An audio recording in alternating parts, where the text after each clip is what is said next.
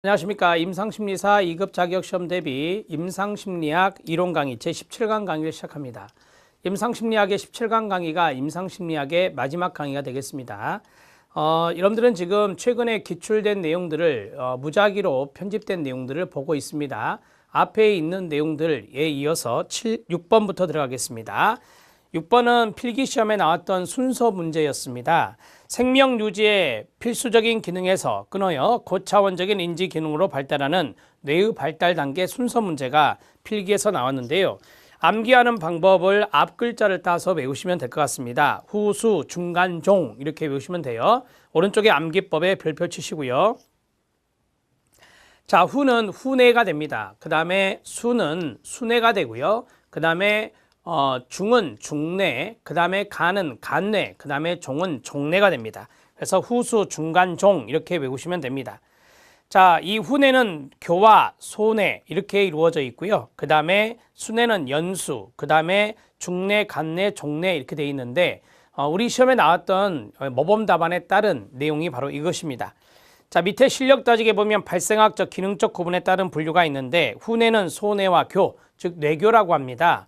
자, 수뇌는 연수와 망상체, 중뇌는 중뇌계와 중뇌피계, 간뇌는 시상과 시상하부, 그 다음에 종뇌는 대뇌피질과 기저액, 변형계 이렇게 구성되어 있다라고 합니다. 이것도 어찌 보면 좀 중요도가 있는데요. 자, 중추신경계, 후수, 중간, 종으로 정리해 봤습니다. 자, 여러분들 교재에 있는 그 오른쪽에 좀 구체적으로 되어 있는 내용이 있죠. 이 내용들은 여러분들이 참고적으로 보시기 바랍니다. 자, 소뇌는 자세 유지, 균형에 영향을 끼친다라고 합니다. 신체 기관의 움직임, 협응, 운동 담당입니다. 그 다음에 뇌교는 대뇌와 소뇌 연결 역할을 하는 것이 바로 뇌교다 이렇게 정리하고 있습니다. 그러니까 수뇌입니다. 수뇌에서 연수, 그 다음에 망상체가 있는데요. 연수는 척수와 연결된 부분이고 호흡 중추라고 하죠. 호흡, 혈압, 심장 박동 등 생명 유지에 관련된 필수 기능을 담당한다라고 해요. 그래서 가장 먼저 이제 후뇌가 수뇌보다 먼저 이제 뇌의 발달 단계에서 이 후뇌가 먼저 발달된다는 것을 기억하셔야 돼요. 수뇌가 먼저가 아니라 후뇌가 먼저입니다. 후수, 중간, 종 이렇게 정리하시고요. 그 다음에 망상체, 각성과 주의 담당 뉴런들의 덩어리로 모여있는 구조물을 망상체라고 합니다. 자, 그 다음에 이 중뇌입니다. 중뇌계와 중뇌피계가 있는데 참고하셔도 됩니다. 상구, 하구 또는 상소구, 하소구로 이루어져 있는데 상소구는 도약, 안구 운동, 그 다음에 하소구는 청각 관련 반사 행동에 관여합니다.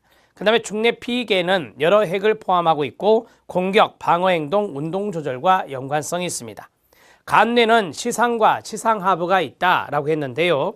대개 이제 시상과 연관된 것이 간뇌다 이렇게 보시면 되겠습니다. 시상은 후각을 제외한 모든 감각 정보가 지나는 곳이고요. 시상하부가 좀 중요한 것인지 알죠? 자율신경계, 자율신경계와 호르몬 분비를 통제하는 겁니다. 종의 생존과 관련된 여러 행동, 즉 공격이나 방어나 섭식이나 교미나 그 다음에 체온 조절에 영향을 끼치는 것이 바로 시상하부다 이렇게 보시면 되겠습니다. 그 다음에 종뇌입니다. 대뇌피질인데요. 뇌의 겉부분을 둘러싼 표면층을 대뇌피질합니다. 좌우 두 개의 반구가 있고요. 우리가 이제 좌반구, 우반구 이렇게 이야기하는 것입니다. 자, 뇌량으로 연결이 되는데 좌반구, 우반구가 되겠습니다. 네 개의 영역, 후두엽, 주정엽, 축두엽, 전두엽이 있습니다. 대뇌피질의 네 가지의 영역이라 이렇게 보시면 되겠는데 후두엽, 그 다음에 주정엽, 그 다음에 축두엽, 그 다음에 전두엽 각각의 기능도 우리가 배웠습니다. 대개 이제 후두엽은 시각과 연관성이 있고 축두엽이라고 하는 것은 청각과 연관성이 있다. 두정엽은 모든 체감각을 담당하는 것이고 그 다음에 전두엽은 어떤 계획이라든지 실행과 연관성 있는 것들이 바로 전두엽이고 전두엽의 문제가 많이 나오죠. 그 다음에 기저액입니다. 시상의 바깥을 둘러싼 여러 구조물로 구성되어 있고요. 운동 통제, 습관적 행동의 학습과 연관성 있는 게 기저액입니다. 자, 기억 중추가 있는 변형계입니다. 변형계의 해마가 좀 중요할 수 있겠죠. 동기, 정서, 학습, 기억과 연관성 있는 게 변형계고요. 편도체, 정서, 특히 공포에 관한 정서가 편도체와 연관성이 있습니다. 해마는 기억입니다. 손상 시 기억 상실증에 걸릴 수 있습니다. 자, 밑에 그림은 참고적으로 알아놓으시면 되는데 간뇌는 체온 조절이나 혈당량 조절, 삼투압을 조절하고요. 그 다음에 중뇌는 안구 운동이나 홍채 조절, 그 다음에 연수는 호흡, 심장 박동, 소화 운동을 조절하는 중추입니다. 그 다음에 척수는 흥분 전달 통로가 되고요. 배뇨, 땀 분비, 무릎 반사의 중추라고 합니다. 소뇌는 몸의 균형을 유지한다라고 했었고요. 대뇌는 정신활동과 연관성이 있습니다. 자, 아래 참고를 보면 간뇌 아래로 안구 운동, 홍채, 수축 등 눈에 관련된 업무를 담당하는 중뇌가 있고요. 그 다음에 중뇌 밑에는 심장 박동, 호흡, 소화 등 생명 유지에 필수적인 활동을 하는 연수와 뇌교가 있습니다. 자, 그 다음에 중뇌, 연수, 뇌교를 묶어서 뇌간이라고 말하기도 합니다. 뇌의 가장 아랫부분을 이루고 있는 척수는 운동신경, 감각신경, 자율신경이 지나는 통로가 바로 척수가 되겠습니다. 자, 이상 내용들을 쭉 정리해 봤는데 간단하게 보겠습니다. 자, 뇌 중추에 대해서 한번 이야기를 해보면 타이틀을 생명 유지의 필수적인 기능,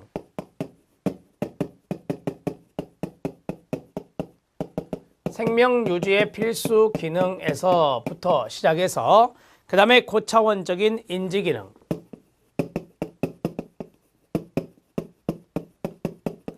인지 기능으로의 발달 순서를 이제 시험 문제 필기에서 냈다라고 말씀을 드렸었는데 여기에서 후, 수, 중, 간, 종으로 외우자 그랬습니다. 후, 수, 중, 간, 종, 즉 후뇌, 그 다음에 수뇌, 그 다음에 중뇌, 그 다음에 간뇌, 그 다음에 종뇌가 있다. 이렇게 해서 아래로 이렇게 화살표 하시면 되겠죠. 자, 후뇌는 어떤 걸로 구성되어 있느냐? 소뇌와 뇌교. 소뇌는 균형을 담당한다라고 했습니다. 균형을 담당하는 것이 소뇌. 그 다음에 뇌교가 있다. 우리가 이제 소뇌에서 자세 유지 균형이니까 균형 담당이라고 쓰시면 되겠고요. 그 다음에 수뇌입니다. 수뇌는 연수. 자, 연수는 호흡, 그 다음에 심장 박동 등을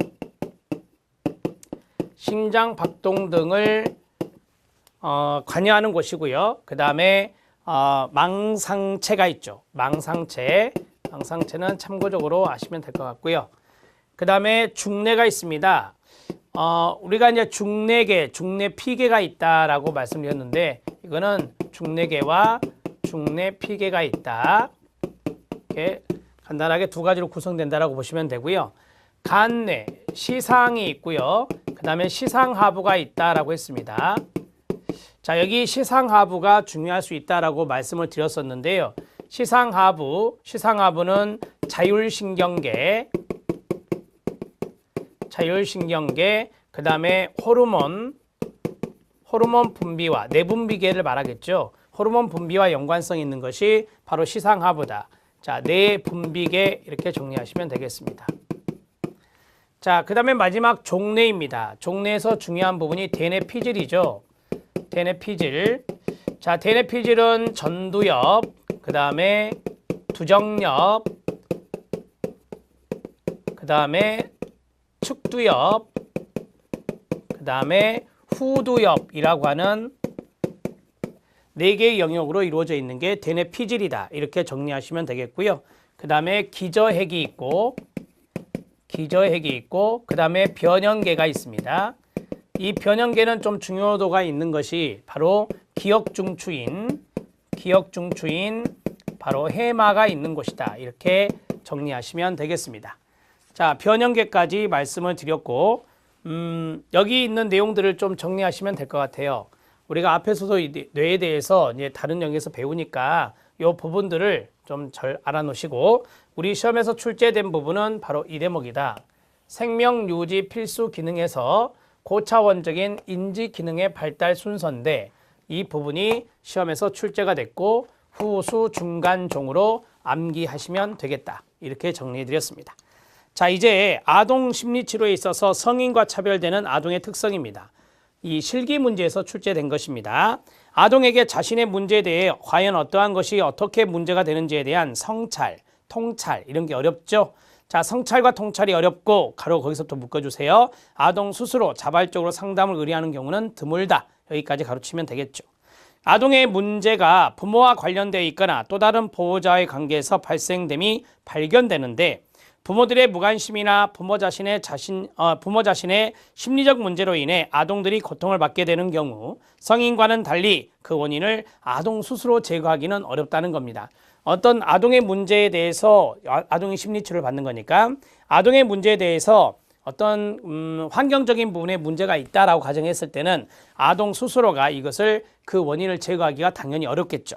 그 다음에 세 번째, 아동들은 심리치료 중에 부모나 또 다른 보호자의 문제가 노출되면 자기에게 어떠한 일이 발생할지 모른다는 막연한 불안감이 잠재되어 있다라고 하는 것입니다. 간단히 말하면 성찰이나 통찰이 쉽지 않다라고 하는 것, 이런 것들이 여기에 들어갈 수 있고요. 그 다음에 자발적으로 상담을 의뢰하는 경우가 드물다라고 하는 것.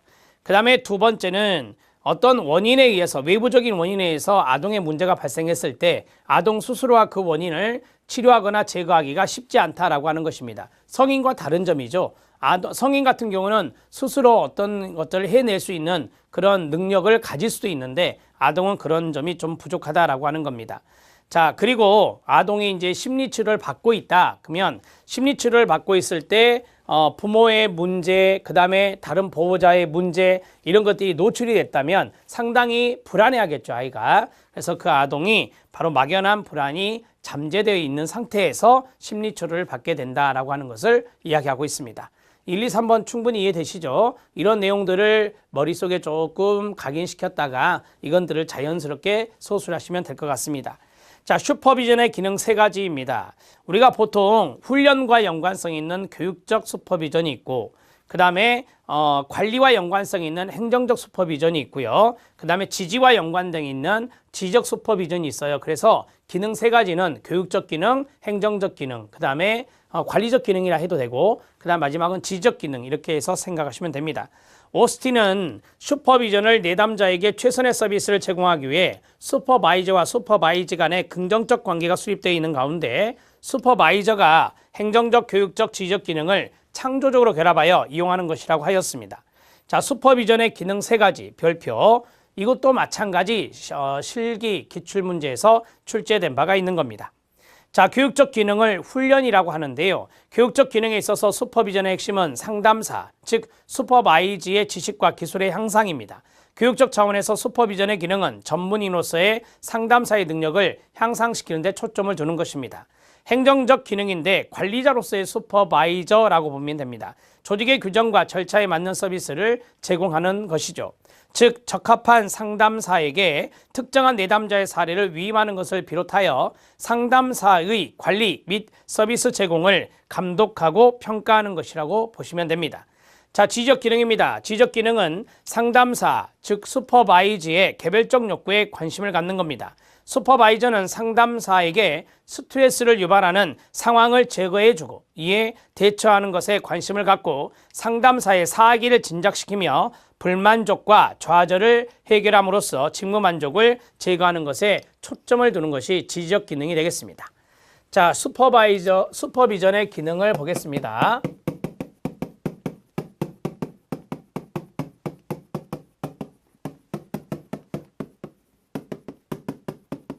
자, 오스틴이 제시한 슈퍼비전의 기능 세 가지는 첫 번째가 교육적인 기능. 교육적인 기능은 훈련과 연관성이 있다라고 말씀을 드렸었고, 그 다음에 두 번째 행정적 기능. 행정적 기능은 관리적인 측면과 연관성이 있다라고 말씀드렸고, 세 번째 지지적 기능. 지적 기능은 바로 지지와 정서적인 지지와 연관성이 있다. 이렇게 정리하시면 됩니다. 간략하게 키워드로 정리를 하면 슈퍼바이지 상담사를 할게요.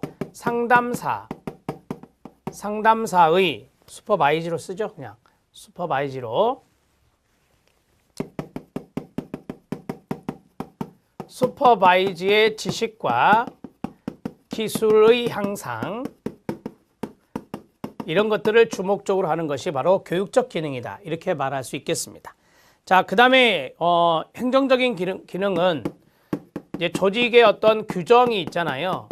그 다음에 조직의 어떤 절차가 있는데 그 절차에 맞는 서비스를 제공하는 겁니다. 절차에 맞게 서비스를 제공하는 것이다. 자, 이것뿐만 아니라 사례를 배당하는 거, 사례에 대한 배당 등 이러한 것들이 바로 행정적 기능이 된다. 관리적인 측면이라고 말할 수 있겠습니다.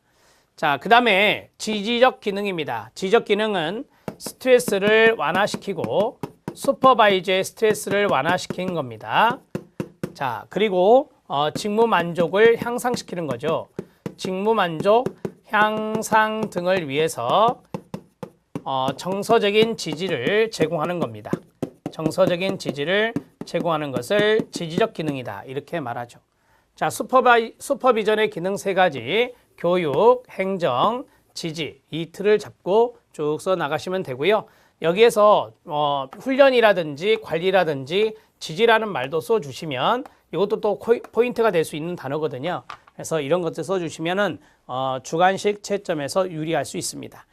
자, 심리적 응급처치 방법 5단계가 나왔습니다. 이게 처음 나온 건데요. 심리적 응급처치 5단계는 우리가 보통 거기 나온 대로 테러, 그 다음에 재난 이런 것들이 있을 때 우리가 이제 심리적인 응급처치가 필요하거든요.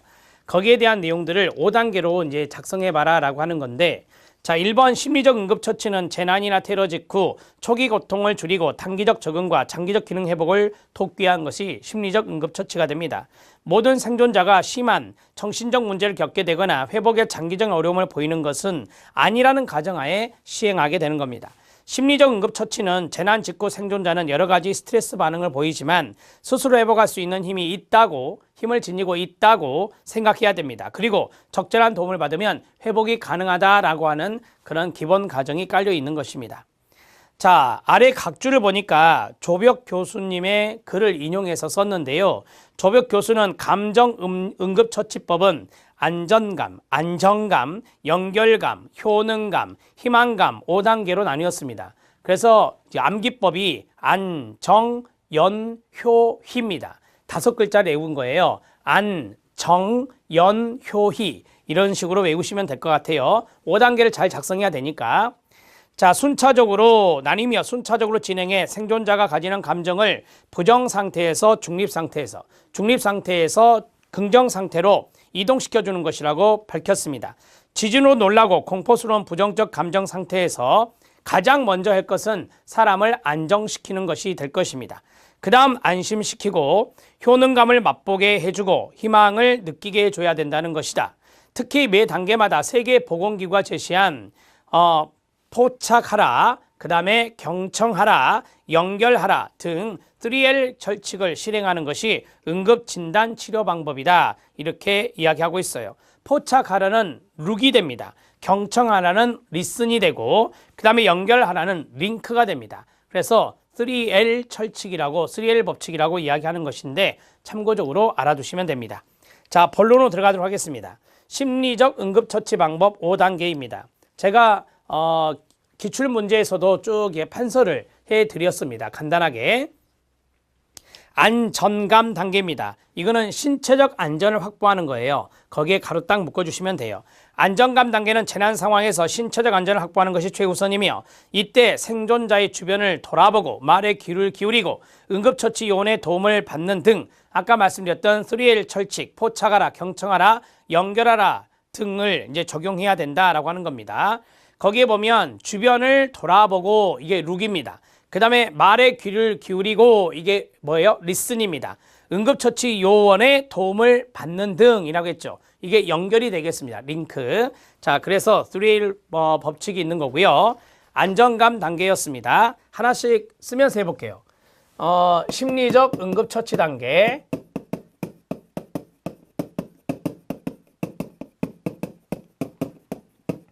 (5단계입니다) 자, 우리가 이제 심리적인 응급처치 단계에서 첫 번째가 암기법 안, 정, 연, 효, 희입니다.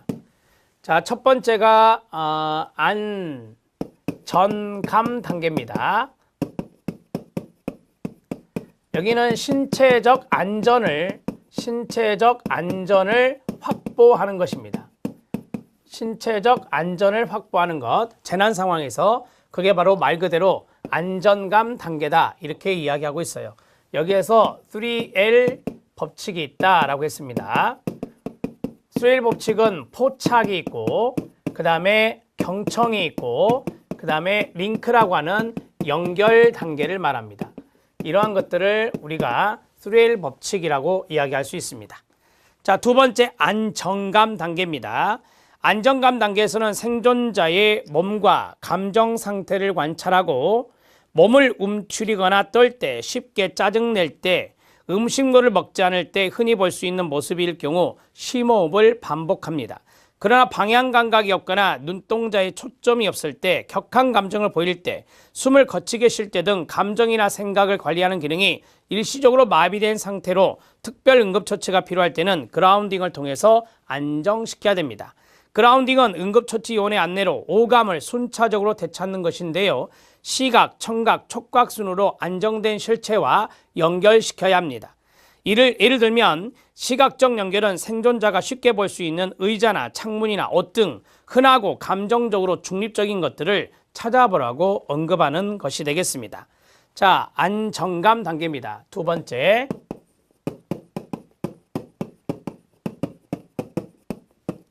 자, 신체적인 안전을 확보했으면 두 번째로는 거기 첫째 줄에 있는 대로 생존자의 감정 상태, 여기에 대해서 어느 정도 심호흡을 통해서 반복적인 심호흡을 통해서 이완할 필요가 있다라고 하는 겁니다. 그러면서 안정을 시켜주는 건데요.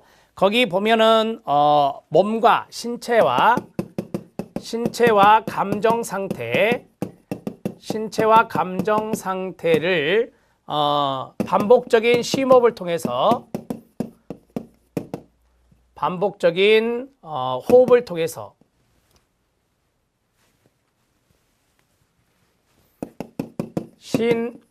심호흡을 통해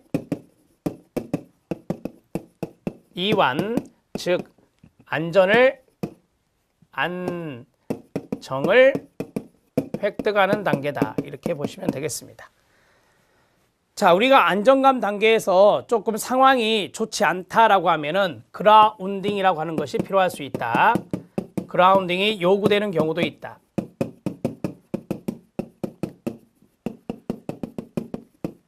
자, 그라운딩은 거기 있는 대로 이해하시면 돼요. 오감을 순차적으로 되찾는 것이다 라고 되어 있는데 그것을 참고적으로 보시면 되겠습니다. 자, 그 다음에 세 번째가 연결이죠. 연결감 단계입니다. 연효희니까요. 자, 연결감 단계 보겠습니다. 연결감 단계는 풍랑을 만난 작은 배가 큰 배에 연결되면 마음이 안정되는 것처럼 안심감을 느끼게 해주는 거예요. 안심하게 해주는 겁니다. 특히 이 단계에서 반드시 피해야 될 말과 권장되는 대화를 구분하는 것이 중요한데요. 상대방을 존중, 경청, 배려하는 자세로 도와주고도 되겠느냐라고 묻고 답을 강요하거나 보채지 말고 기다려줄 것을 권장하는 대화에 해당된다라고 했습니다. 자, 마음이 이제 우리가 풍랑을 만났어요. 작은 배가 만났는데 큰 배와 연결이 됐다면 큰 배 연결되면 상당히 안도감을 갖게 되거든요. 이런 안도감이 바로 연결감과 연관성이 있다라고 하는 것입니다. 자, 연결감은 응급처치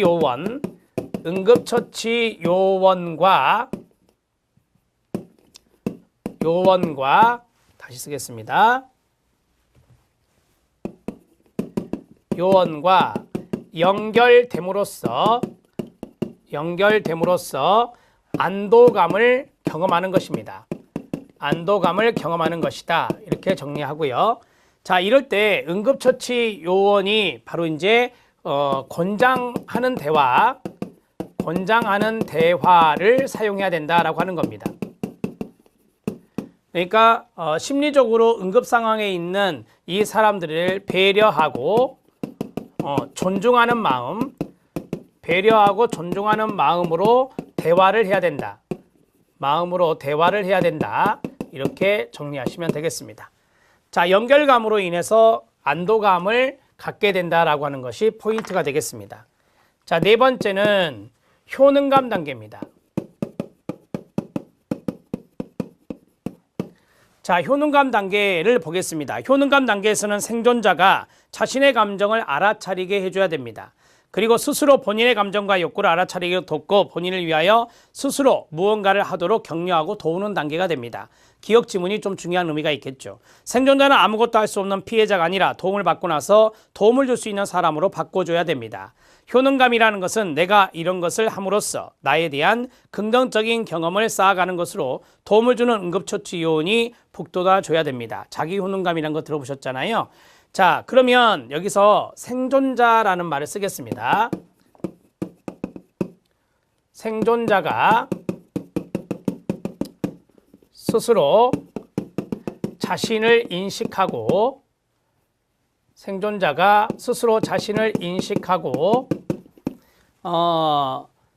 스스로 인식하고 어떠한 것에 대해서 이것을 본인 스스로 이걸 이겨낼 수 있다, 극복할 수 있다라고 하는 것을 알게 하는 거거든요. 그래서 무언가를 하도록 격려한다라고 하는 것은 스스로 극복해 나갈 수 있도록 격려하는 것입니다. 자, 이런 것들이 바로 이제 효능감과 연관성이 있어요. 이 효능감은 자기 효능감을 생각하시면 되겠습니다. 그 다음에 마지막은 희망감 단계가 되겠습니다. 자, 희망감 단계 보겠습니다. 희망감 단계의 희망감이란 생존자가 유사한 위기 상황에 다시 놓이게 됐을 때 스스로 대처할 수 있을 것이라는 자신감을 말합니다. 자신감의 동그라미. 본인 주변 사는 사람을 돕거나 상황에 긍정적으로 기여할 수 있을 것이라는 기대감이기도 합니다. 이 단계에서 응급처치 요원은 생존자의 감정을 상담 전후에 비교해 다시 살펴보고 회복을 기원하며 작별할 수 있는 것입니다. 자, 여기에서 중요한 부분은 유사한 응급 상황에 놓이더라도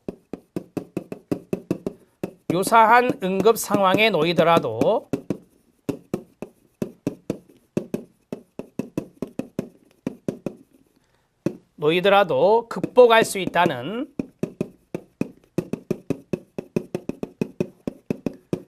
자신감 그리고 기대감 이런 것을 갖게 하는 겁니다.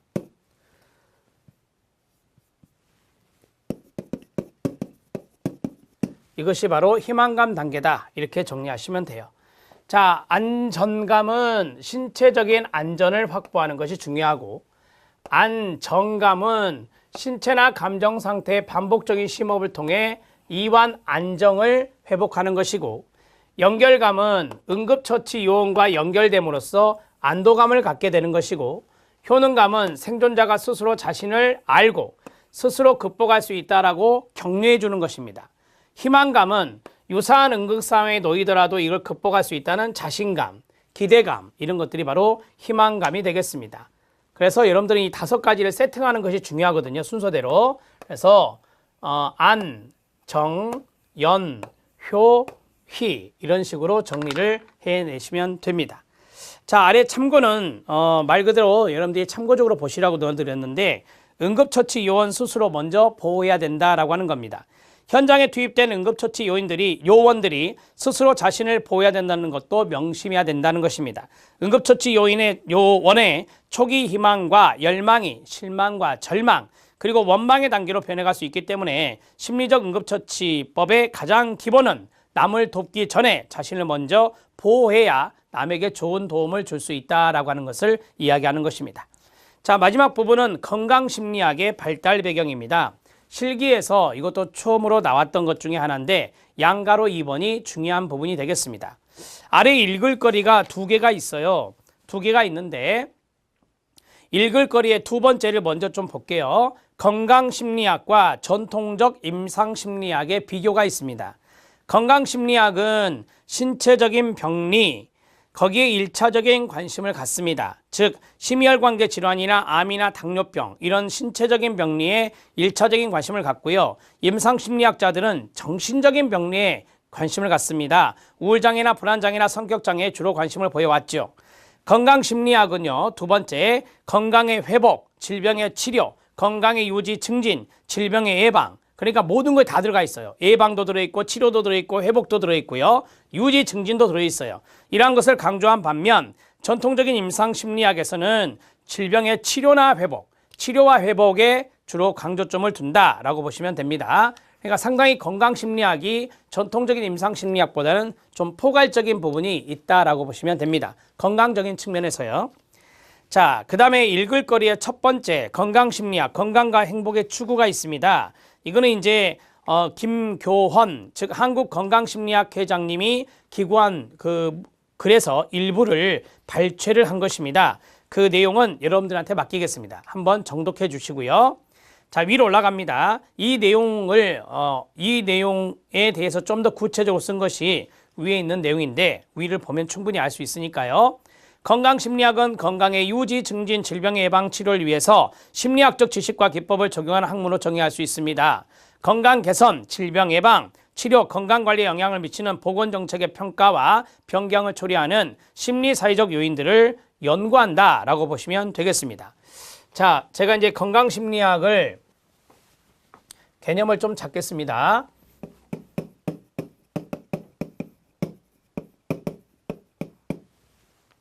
자, 건강이 있고 그 다음에 심리학이 있습니다. 제가 앞에서 건강심리학은 신체적인 병리, 신체적 병리에 주 관심이 있다라고 말씀드렸죠. 주 관심이 있다 이렇게 말씀드렸고, 그 다음에 건강이라는 말 있죠. 건강, 유지, 건강, 증진, 질병, 신체적인 질병이 되겠죠. 치료, 건강, 회복, 더 나아가서 질병에 대한 예방까지 모두 다를 포함하는 것이 바로 건강심리학의 영역이다라고 말할 수 있고, 그 다음에 거기 보면은 심리학적 지식과 기법을 적용한다 그랬잖아요. 심리학적 지식과 기술, 자, 이러한 것들을 적용한다. 기술 등을 적용하는 것이다. 이렇게. 그러니까 이것들을 위해서 심리학적인 지식과 기술을 적용하는 것이 건강심리학이다. 이렇게 정리할 수 있는 것입니다. 자, 이제 본론으로 들어갑니다. 건강심리학의 발달 배경 세 가지를 쓰시오. 이렇게 이제 실기에서 나왔었습니다. 건강심리학이 과학적 전문 영역으로 발달하게 된 배경에는 여러 관련 분야의 기여가 있었다는 겁니다. 자, 발달 배경, 건강심리학의 발달 배경 세 가지. 이렇게 해서 이제 출제가 됐었는데요. 자, 첫 번째는 관련 분야의 기여. 여러 관련 분야의 기여입니다. 자, 아래 소술된 내용을 보면 임상심리학, 의료심리학, 전염병학, 공중보건, 의료사회학, 의료인류학, 그 다음에 정신신체의학, 질병에 대한 생물심리사회적 접근, 행동의학이나 행동건강 등이 여기에 해당된다라고 했습니다. 여기서 여러분들이 몇 가지 정도만 쓰면 되겠죠. 자, 우리가 이제 심리학적인 것을 쓰니까 임상심리학도 여기에 들어갈 수 있을 것이고, 그 다음에 건강이란 말이 들어갔잖아요. 그래서 공중건강이란 것이 있죠. 공중건강. 자, 그 다음에 신체적인 질병에 관심이 있다고 그랬잖아요. 그래서 정신신체의학, 질병에 대한 생물심리학적 접근이라는 말이 있습니다. 질병에 대한 생물심리 사회학적 접근,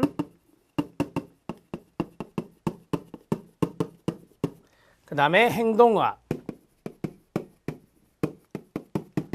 의학 등의 기여, 학문적인 기여라고 하면 되겠죠.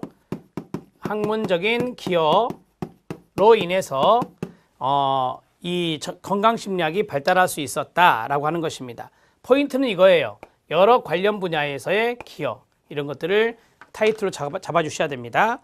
두 번째, 건강심리학의 독특성에서 발달 배경을 찾을 수 있는데요. 건강심리학의 내용 영역에는 심리적 차원과 신체적 차원을 모두 포함하고 있다는 측면에서 다른 심리학 영역, 임상이나 상담과 구별된다라고 하는 것입니다. 자, 심리적인 측면이 여기 있고요. 그 다음에 건강은 제가 신체적인 병리에 초점을 맞춘다라고 했었잖아요. 사람의 건강을 위협하는 신체적 질병이 생활습관이나 행동, 스트레스 대처 방식, 태도 등에 큰 영향을 받는다는 사실, 즉 심리적인 문제와 신체적인 문제가 분리될 수 없다는 사실에 기초한 것입니다. 예를 들어 분노와 불안 등의 부정적인 감정을 마음속에 장기간 쌓아두면 이제 스트레스가 생기겠죠. 그 다음에 타인에 대한 적대적인 태도를 지속하는 것, 고지방 위주의 식습관은 심혈관계 이상으로 나타나게 됩니다. 장기간의 흡연이나 억압 위주의 스트레스 대처 전략은 암과 관련된 것이다 라고 해요. 그래서 심혈관계가 심리적인 것과 연결이 되고, 그 다음에 암이라고 하는 것들이 바로 심리적인 것들과 연관성이 있다라고 하는 겁니다. 스트레스요. 이런 것들이 바로 이제 암과 연관성이 있다라고 하는 측면입니다. 그러면 두 번째는 뭐냐? 두 번째는 이 건강심리학에서만의 독특한 특징이 있는데, 그게 바로 심리적인 차원과 그 다음에 신체적인 차원을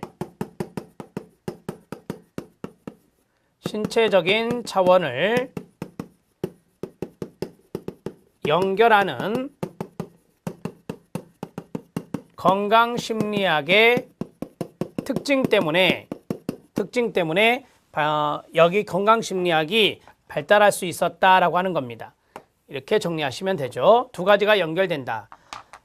우리가 이제 심리적인 차원에서 사례가 뭐가 있었냐면, 스트레스가 있다. 심리적인 측면의 스트레스가 상당히 많으면 거기 사례에 나왔잖아요. 뭐 불안, 분노 이런 것들도 있었고요. 그래서 뭐 불안이나 분노 등의 심리적인 것이나 스트레스의 심리적인 것은 신체적인 차원에서 스트레스가 많을 때는 암을 유발할 수 있다라고 하는 거고, 그 다음에 불안이나 분노 등은 심혈관계 질환을 유발할 수 있다라고 하는 것입니다.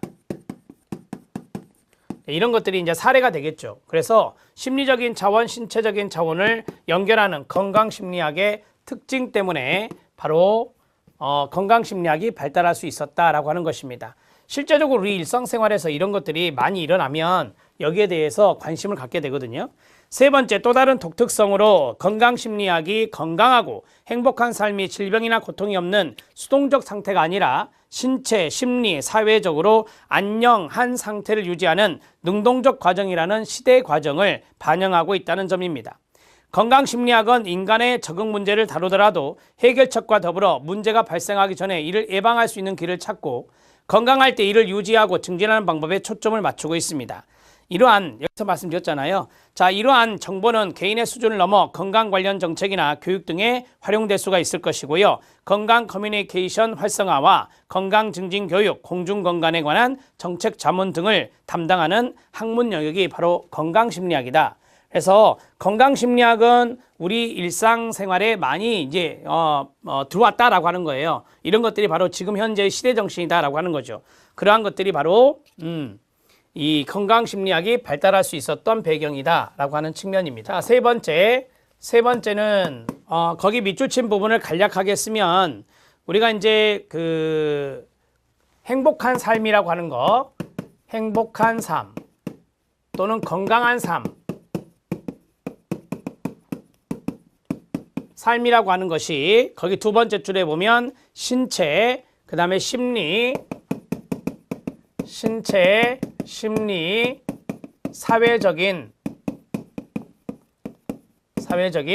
안녕 상태,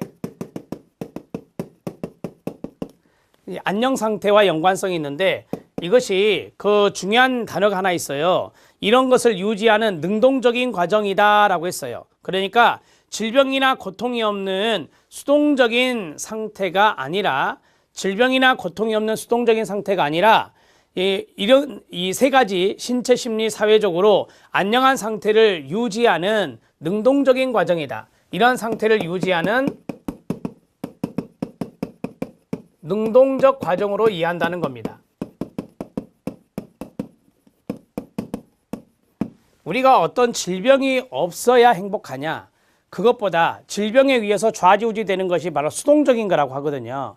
그런데 여기에서 어떤 이야기를 아까 했냐면 건강에 대한 유지라든지 건강에 대한 증진이라든지 건강에 대한 예방 이런 것들이 바로 이제 수동적인 것이 아니라 능동적인 측면을 강조하는 것이거든요. 능동적 과정을 강조하는 용어들이에요. 자, 건강심리학은 이런 것들을 강조한다고 아까 제가 말씀드렸잖아요. 임상심리학은 질병에 걸렸을 때 그 질병을 치료하는 것에 회복하는 것에 초점을 맞추지만 건강심리학은 건강을 유지하고 증진하고 예방하는 이러한 능동적인 측면을 강조하고 있거든요. 자, 그러면 이러한 것들을 하기 위해서 건강교육이라든지 교육 등 공중건강이란 게 있죠. 공중보건이란 말도 쓰지만 공중건강 이런 것들을 많이 강조하고 있어요. 현재. 그래서 건강심리학이라고 하는 것은 우리 삶의 일부가 됐다 이렇게 생각하시면 되겠습니다. 그래서 이런 건강심리학이 자체적으로 어떤 개념적인 특징에서 독특성을 찾아볼 수 있다라고 하는 것입니다. 결론 내면 건강심리학은 여러 관련 학문과 서로 연계가 되면서 기여해 온 바가 있다. 다른 학문에서. 그래서 그런 다른 학문들의 도움으로 인해서 건강심리학이 발달할 수 있다는 것은 우리가 무시할 수 없는 거고요. 그 다음에 두 번째로는 건강심리학만의 특징이 있다는 거죠. 독특한 특징이. 심리적인 측면도 있지만 신체적인 병리를 주안점으로 보는 거니까 이 두 가지가 서로 불가분의 관계에 있다. 이 두 가지의 연결을 하는 과정에서 바로 건강심리학이 관심의 초점이 되어서 발달할 수 있었다라고 하는 겁니다.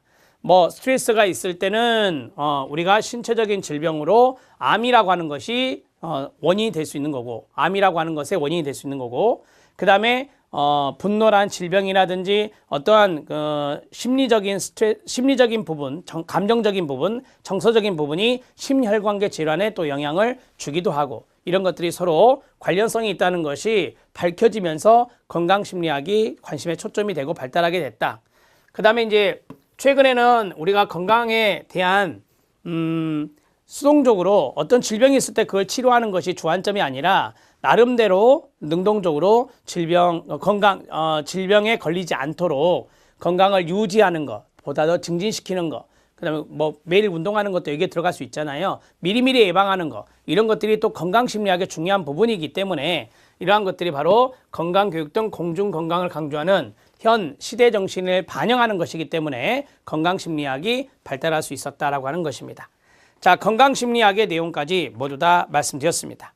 자, 임상심리학에 나왔던 모든 내용들을 여러분들이 좀 살펴볼 수 있는 이러한 강의들이었습니다. 지금까지 강의가 17강 강의로 해서 이론 강의가 끝났는데요. 이 정도의 강의면 여러분들 필기시험과 실기시험 많은 부분을 해결할 수 있을 겁니다. 그러니까 이 부분을 잘 정리하시면서 다시 한 번 더 반복하고 그 다음 필기문제, 기출문제 잘 보고 실기 기출문제 잘 보면 임상심리학에서 좋은 점수를 받을 수 있을 겁니다. 마지막까지 최선을 다하셨습니다. 고생하셨고요. 합격을 기원하겠습니다. 수고하셨습니다.